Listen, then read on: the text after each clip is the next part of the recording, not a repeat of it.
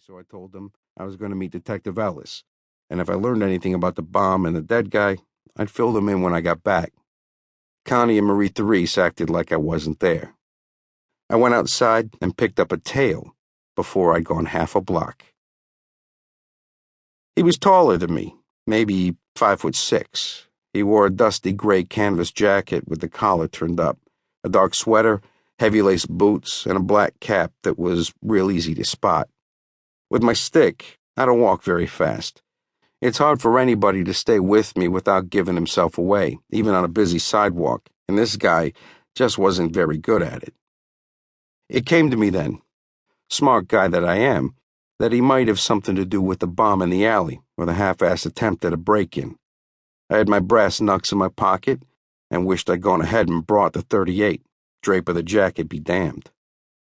The guy came up right beside me when I stopped for the light at a cross street, and he absolutely refused even to glance over at me as we waited. He had a pale, regular-looking face, kind of gaunt and underfed, in need of a shave, like a lot of guys in those days. Short hair, tiny ears under the cap. I couldn't see his eyes. He kept his hands jammed in his pockets and bounced on his feet, more from jittery nerves than the cold I judged.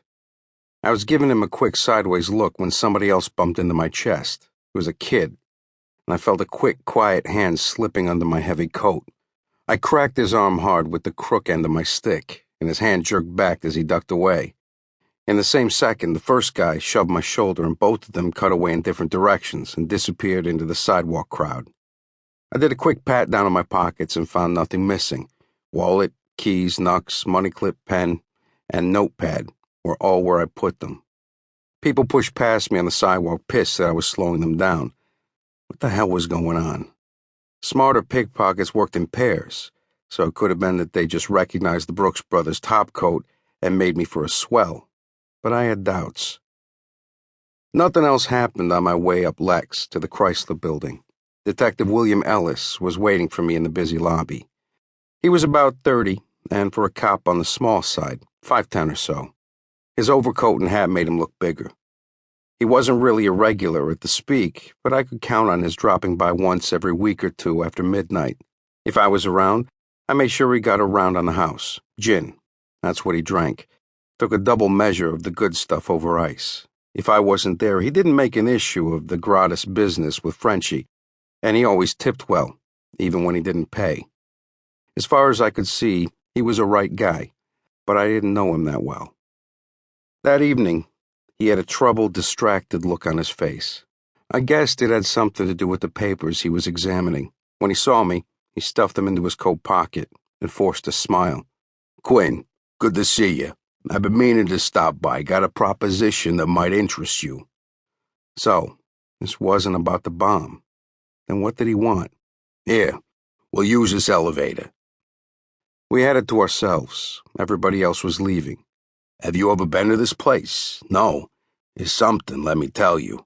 But first, you gotta see this." We got in an express elevator and went straight up to the 57th floor. The elevator car rose so fast, you felt like it was pushing you into the floor, and it made me a little queasy. Then we had to switch to another car to get to the 61st floor. It was empty. I followed Ellis around to one side, where we were damn near blinded by the setting sun. "Hold on to your hat," he said, as he pushed open a glass door, and we stepped outside onto a long, shallow terrace. The wind snapped at our coats, and I grabbed my hat to keep it from blowing away. Ellis spread his arms. "Look at this. Ain't it something?" We were near a corner of the building, looking south and west, so you could see the city stretching out to New Jersey.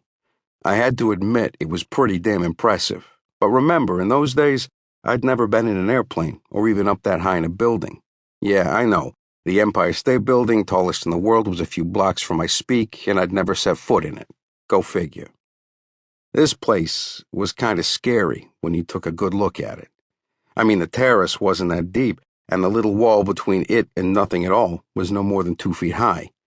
I wasn't about to get any closer to the edge. The angle really made it hard to pick out any details beyond the shapes of the buildings and the curve of the river, particularly when the sun caught on a bright stainless steel eagle gargoyle. It jutted straight off the